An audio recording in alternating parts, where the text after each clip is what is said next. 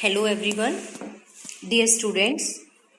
This is the last part of the chapter Indigo, and earlier we read that after solving political and economic problem of the sharecroppers of Champaran, Gandhiji stayed there.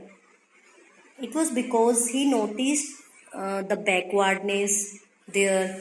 He observed that the people did not have proper knowledge of culture and society, how and how to live and how to maintain cleanliness and all that. So he decided to prolong his stay.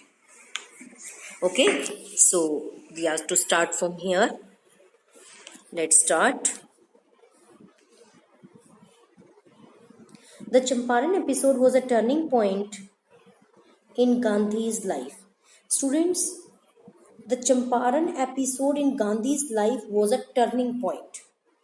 अब ये turning point क्यों था, बहुत important question है, यहाँ पर आपसे पूछा जाएगा. Because during this episode he urged the British to quit India. ये बहुत इंपॉर्टेंट कुछ बातें हुई थी जिसकी वजह से टर्निंग पॉइंट साबित हुआ, ये है ना. ये तो था ही कि भाई he made the peasants aware of their rights and he made them bold, he instilled courage in them, and he taught them how to fight their battle independently. But he also urged, more important was that he urged the British to quit India. And है ना, ये सब चीज़ें important थी, तो इसलिए जो है ये एक टर्निंग पॉइंट था उनकी लाइफ में. What I did, he explained, was a very ordinary thing. जो मैंने किया वहाँ पर, मतलब वो तो चलो एक ऑर्डिनरी थिंग था कि भाई उनके अंदर एक हिम्मत भरना, शेयर क्रॉपर्स में उनको उनके अधिकारों से जागरूक कराना और ये सब, ये तो चलो आम बात थी. But I decided that the British could not order me about in my on country. तो लेकिन इम्पोर्टेंट बात क्या थी, देखो, ही डिक्लेयर्ड, उसने डिक्लेयर कर दिया था कि जो ब्रिटिश थे वो उसको ऑर्डर नहीं दे सकते थे उसी की कंट्री में, है ना. तो ये बात इम्पोर्टेंट थी. तो इट मीन्स क्या है कि during this episode he declared boldly that the British could not order him in his own country. They were meaningless for him. ठीक है, वो उसके लिए मीनिंगलेस थे और वो उसको कोई ऑर्डर नहीं दे सकते थे. And it was during this episode that he urged them to quit India. ठीक है, तो that's why Champaran episode was a turning point in his life. But Champaran did not begin as an act of defiance. Defiance क्या होता है students? Defiance means disobedience. He says that Champaran episode did not start as an act of disobedience. Means he visited Champaran not to disobey someone. ऐसा कोई इरादा नहीं था कि भाई किसी को डिसोबे ही करना है, किसी का डिफाइंस ही करना है, किसी की आज्ञा का उल्लंघन ही करना है, ऐसा नहीं था. It grew out of an attempt to alleviate the distress of large numbers of poor peasants. इसका मतलब क्या था कि इट ग्रू आउट, इट का मतलब ये जो डिफाइंस थी ना, कि डिफाइंस कहाँ से निकली, कहाँ से आई? एन अटेम्प्ट, कोशिश से. अटेम्प्ट मीन्स ट्राई, कोशिश, effort. To elevate, elevate means end करना, खत्म करना. The distress of large numbers of poor peasants, poor peasants के, बहुत सारे पुअर पेजेंट्स के डिस्ट्रेस को, निराशा को खत्म करने की कोशिश से जो है निकला ये उल्लंघन, तो जो है मतलब कि डिसोबीडियंस. ठीक है, तो disobedience Guru out from an effort to end the sufferings of the sharecroppers. It was not so that he went to Champaran to do disobedience, ठीक है, or to disobey someone, but disobedience evoked from the effort to end the sufferings of the sharecroppers. भाई sharecroppers के लिए जो है उसने लड़ना शुरू किया, उसने संघर्ष करना शुरू किया, तब जाकर के वो ऐसा हो गया सिचुएशन कि उसको ऑर्डर मिला, और ऑर्डर मिला तो फिर उसको उस आज्ञा का उल्लंघन भी करना पड़ा, जो ऑर्डर उसको मिला था, official order to leave Champaran, है ना, तो करना पड़ा था। ऐसा नहीं है कि वो चंपारण सिर्फ उल्लंघन करने के लिए गया था। ठीक है, this was the typical Gandhi pattern, this was the typical Gandhi pattern, this was the Gandhian pattern of working. ये गांधी जी का पैटर्न था काम करने का। ठीक है, कि भाई एक पीसफुली कोई काम कर लिया जाए। और कैसे और क्या तरीका था? His politics were intertwined with the practical day to day problems of the millions. उसकी जो पॉलिटिक्स थी वर इंटरट्वाइंड, उसकी जो पॉलिटिक्स की जो टेक्स्ट थे, मतलब उनमें क्या चीज थी? इंटरट्वाइंड का मतलब होता है इंटरकनेक्टेड, इंटरकनेक्टेड थी उसमें with the practical day to day problems, जो व्यवहारिक रोजमर्रा की समस्याएं थी ऑफ द मिलियंस लोगों की, है ना, वो चीजें, वो प्रॉब्लम्स थी मतलब उसकी पॉलिटिक्स के अंदर। मतलब he was a different politician, है ना। हिज पॉलिटिक्स क्यों है, जो है पॉलिटिक्स, उसका जो पॉलिटिक्स था उसके अंदर क्या क्या चीजें कनेक्टेड थी? His politics included practical day to day problems of millions of Indians, millions of people. ठीक है, मिलियंस ऑफ पीपल, बहुत सारे लोगों की, सैकड़ों लोगों की जो रोजमर्रा की समस्याएं थी, व्यवहारिक समस्याएं जो रोज वो फेस करते थे, वो समस्याएं आती थी उसकी पॉलिटिक्स में। ये नहीं कि भाई राजनीति करना सिर्फ, तो उसकी राजनीति का मतलब था लोगों की आम समस्याओं का निपटारा करना। And his was not a loyalty to abstractions, it was a loyalty to living human beings. Students, here an important question will be asked, ठीक है, ध्यान रखेंगे कि his was not a loyalty to abstractions, it was a loyalty to living human beings. कि his loyalty was not for abstractions, abstraction का मतलब क्या होता है? निराकार, जिसका कोई आकार नहीं। और आकार किसका नहीं होता भाई? भगवान का नहीं होता, है ना। भगवान का कोई आकार नहीं है, हम सिर्फ मूर्तियों को पूजते हैं, किसी ने देखा नहीं है वास्तव में, तो वो है निराकार। तो उसकी लॉयल्टी निराकार के लिए नहीं थी, it was a loyalty to living human beings, it was a loyalty to living people, living human beings, जीते जागते लोगों के लिए थी उसकी एब्स्ट्रक्शन, उसकी जो है लॉयल्टी, वफादारी। His sincerity, his loyalty was not for the abstractions, but for living human beings. It means you can say that he was loyal not to the idols, not to the idols of gods. He believed that the real service of God was the service of men, people. Means if we alleviate the sufferings of the people, then it is a service of a God. God can be pleased by helping the people, by helping the needy, by ending the sufferings and pains of the people. ठीक है, लोगों के दुखों को, कष्टों को दूर करके हम भगवान को खुश कर सकते हैं, हम एब्स्ट्रैक्ट को खुश कर सकते हैं। तो ऐसा नहीं कि भी हम यानी कि गॉड भगवान को पूजें, मूर्ति पूजा में बिलीव करें, और जो कष्ट में लोग हैं मतलब उनकी तरफ हम ध्यान ही ना दें और उनके लिए हम कुछ ना करें, तो इससे भगवान खुश नहीं होगा। भगवान कैसे खुश किया जा सकता है भगवान को? कि भाई जरूरतमंद लोगों की हेल्प करके, उनके कष्टों का निवारण करके, है ना, उनकी समस्याओं का निपटारा करके। तो यही गांधी जी का व्यू पॉइंट था। तो बहुत इंपॉर्टेंट क्वेश्चन यहाँ पर बनेगा, ध्यान रखेंगे इसको। In everything Gandhi ji did,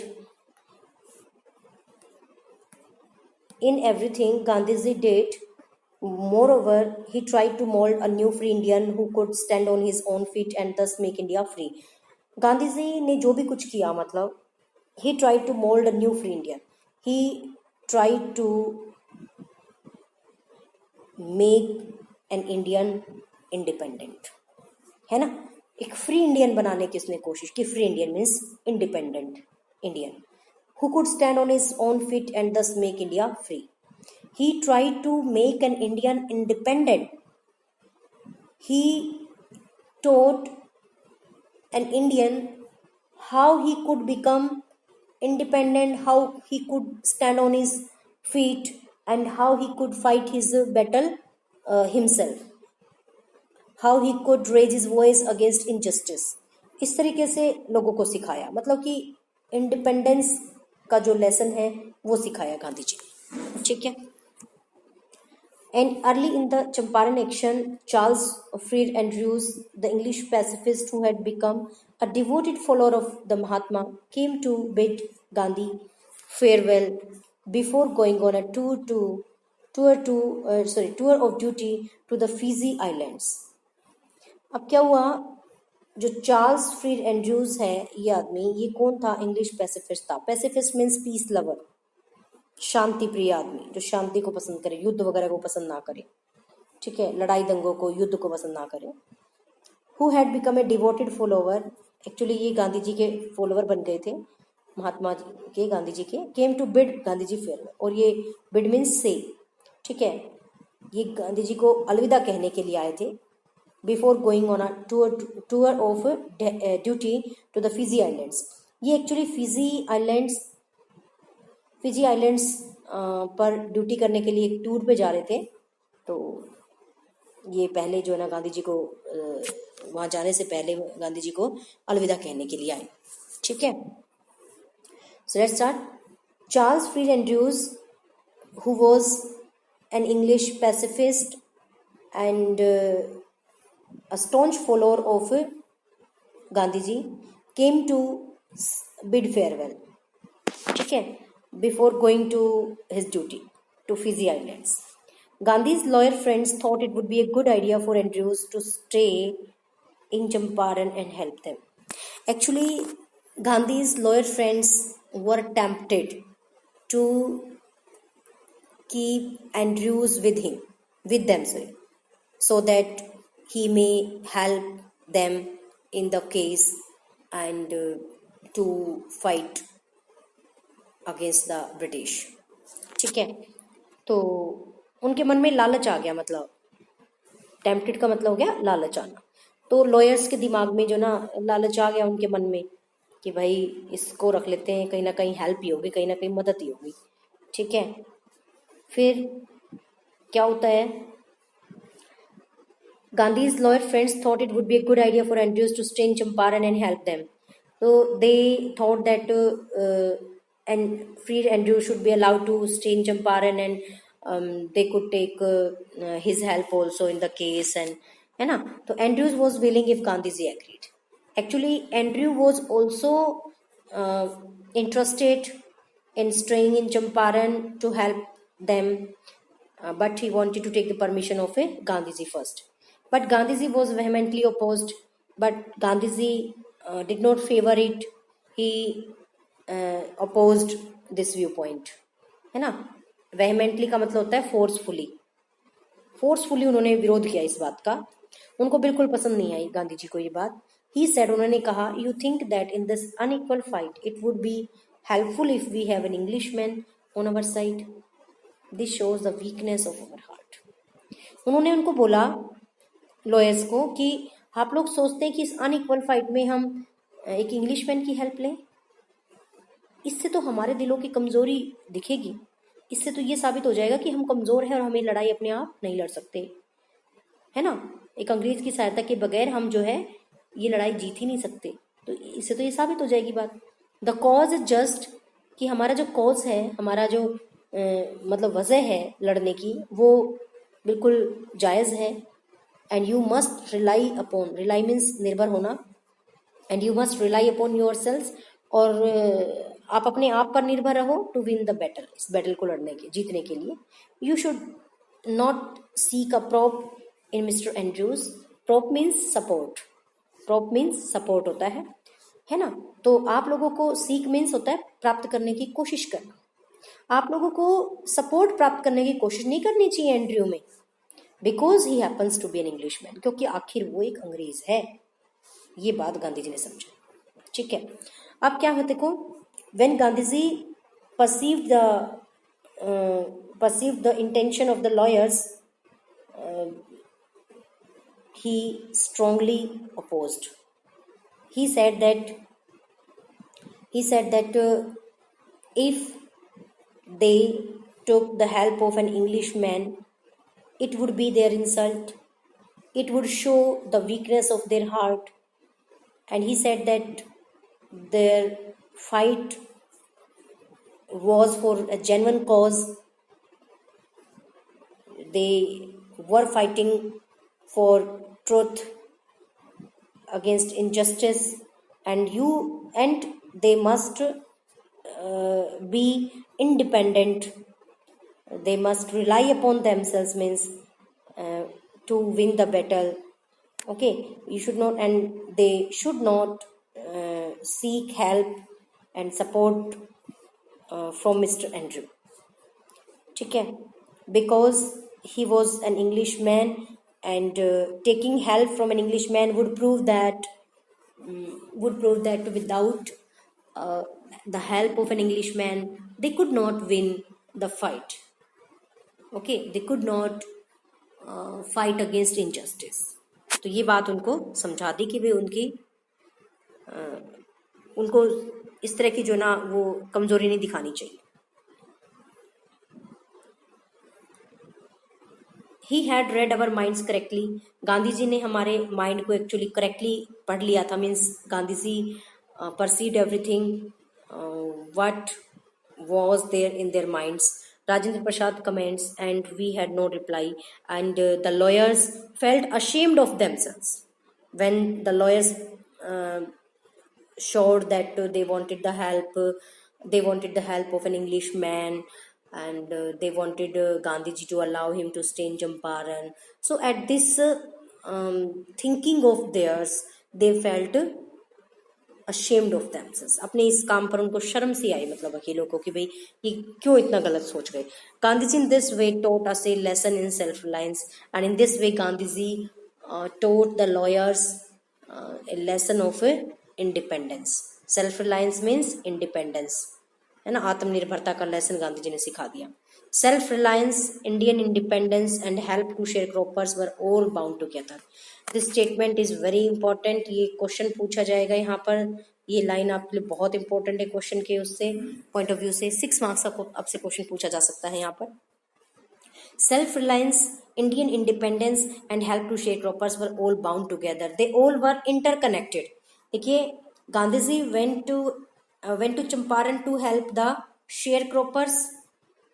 Okay, and there he collected all the related information, all the important information, and decided to fight for the cause of the poor and innocent sharecroppers, and he decided to fight against injustice.